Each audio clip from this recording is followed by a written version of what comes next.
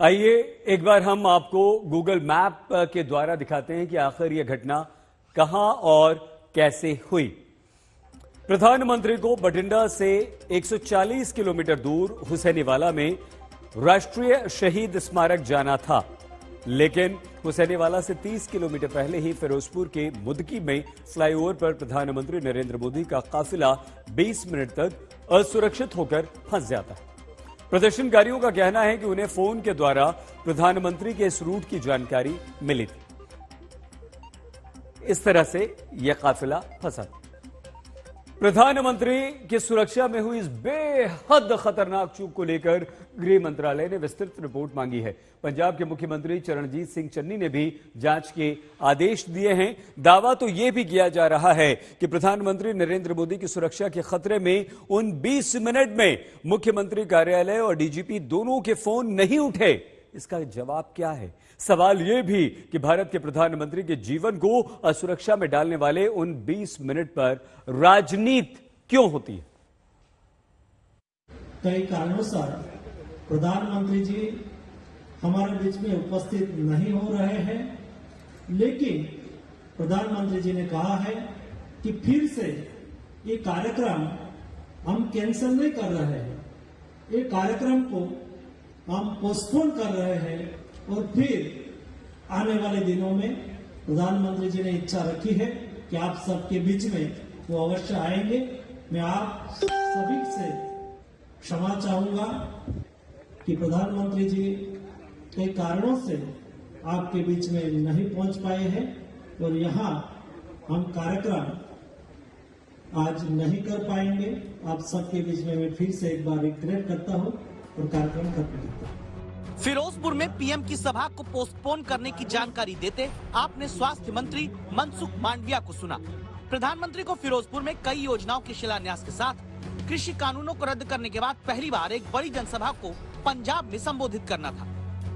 प्रधानमंत्री को सुरक्षा कारणों से बिना रैली और विकास योजनाओं का शिलान्यास किए लौटना पड़ता है। कांग्रेस के तमाम नेता इसे फिरोजपुर में प्रधानमंत्री की रैली में भीड़ न जुटने पर बीजेपी का बहाना बताते हैं। जैसे यूथ कांग्रेस के राष्ट्रीय अध्यक्ष बीवी श्रीनिवास ने सिक्योरिटी लैब्स पर तंज कसते हुए खाली कुर्सियां दिखाई और एक ट्वीट में लिखा, हाउस द जोश मोदी जी। इस घटनाक्रम के दौरान कांग्रेस के युवा नेतृत्व ने जोश का उत्सव का इजहार किया। किस बात का उत्सव है उनका? किस बात का जोश है कि देश के प्रधानमंत्री को मौत की कगार पर ले गए थे?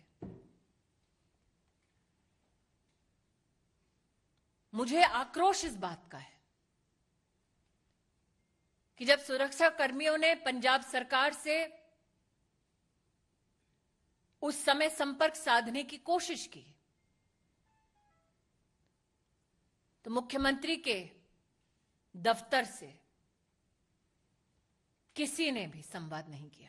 असल में क्या था कि बीजेपी से लोग इकट्ठे नहीं हुए थे और वहां पे फ्लॉप शो था। फ्लॉप शो में कोई जाना नहीं चाह रहा था और प्रधानमंत्री जी को पता चला कि वहां बंदे नहीं इकट्ठे हुए, प्रधानमंत्री जी वापस चले गए और ठीकरा पंजाब सरकार के सर पे फोड़ रहे हैं। वो फ्लॉप शो में नहीं गए, बीजेपी से बंदे इकट्ठे हुए ही नहीं, उनका फ्लॉप शो था, वहां लोग इकट्ठे ही नहीं उनसे हुए, तो हम क्या करें? इसमें हमारा दोष है क्या? हमने इकट्ठे करने थे बंदे, ये बीजेपी की रैली थी, बीजेपी के सवाल करें, वो हमसे सवाल करने का अधिकार नहीं है। पहली बात यह जरूरी है कि प्रधानमंत्री किसी दल नहीं देश के होते हैं, इसलिए सुरक्षा पर सियासत किसी भी तरफ से नहीं होनी चाहिए।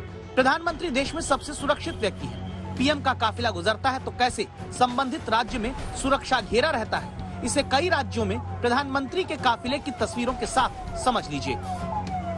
जब पीएम दिल्ली या अन्य किसी राज्य में कहीं जाते हैं तो सुरक्षा कारणों से उनका रूट करीब 7 घंटे पहले तय किया जाता है। पीएम के रूट के साथ वैकल्पिक मार्ग तय किए जाते हैं, जिस पर पहले रिहर्सल होता है। जिस रास्ते से प्रधानमंत्री गुजरते हैं वहाँ इतनी दूरी पर पुलिस का जवान तैनात होता है कि एक पुलिसकर्मी दूसरे को देख सके, आवाज दे सके।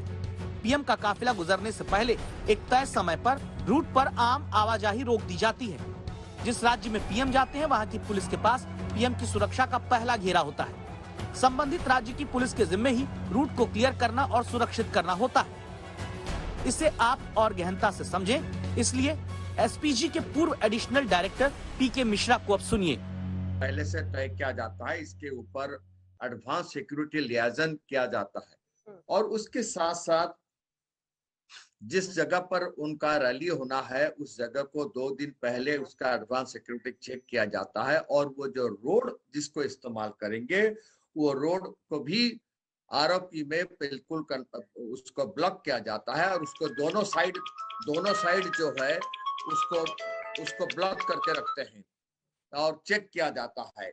और ये चीज जो है सिक्योरिटी जो है एडवांस सिक्योरिटी लियाजन में एक टीम एसपीजी का पहले जाता है जो उस जगह पर जाता है और एक टीम प्रधानमंत्री के साथ चलता है और उसमें 3 टायर का सिक्योरिटी होता है। आउटर कर्डन जो होता है स्टेट पुलिस का होता है और उसके बाद जो मिडिल कर्डन होता है पैरामिलिट्री फोर्सेस का होता है, इनर कर्डन जो होता है स्पेशल प्रोटेक्शन ग्रुप का होता है। इसीलिए सवाल उठता है कि क्या पंजाब के डीजीपी ने लापरवाही नहीं की? क्या जिम्मेदारी पंजाब के डीजीपी की नहीं है?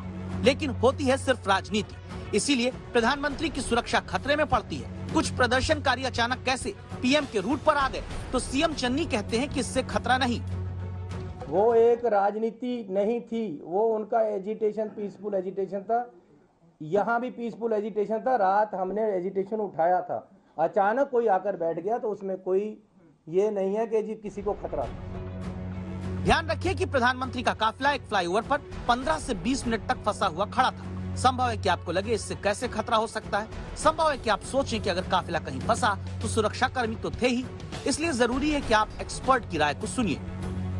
फ्लाईओवर के ऊपर 20 मिनट खड़ा रखना, मैं क्लियरली बता रहा हूँ, ये फ्लाईओवर के नीचे कुछ भी हादसा हो सकता है, क्योंकि हो सकता था फ्लाईओवर के नीचे कोई भी आईईडी इम्प्रोवाइज एक्सप्लोसिव डिवाइसेस लग सकता था जिसमें फ्लाईओवर उड़ भी जा सकता था। ये चीज बहुत हुआ है इस टाइप का केसेस और ये हो भी सकता था। तो इस टाइप का इम्प्रम्पचू अगर कोई ब्लॉकेड आ जाता है, इसका इंफॉर्मेशन इंटेलिजेंस डीजी पुलिस के पास होना चाहिए। प्रधानमंत्री की सुरक्षा में लगने वाली एसपीजी के ही पूर्व एडिशनल डायरेक्टर की इस बात को सुनने के बाद ये बात को जानना जरूरी है कि जहां 15 से 20 मिनट तक पीएम का काफिला असुरक्षित रूप से फंसा रहा, वहां से भारत पाकिस्तान का इंटरनेशनल बॉर्डर सिर्फ 30 किलोमीटर दूर है।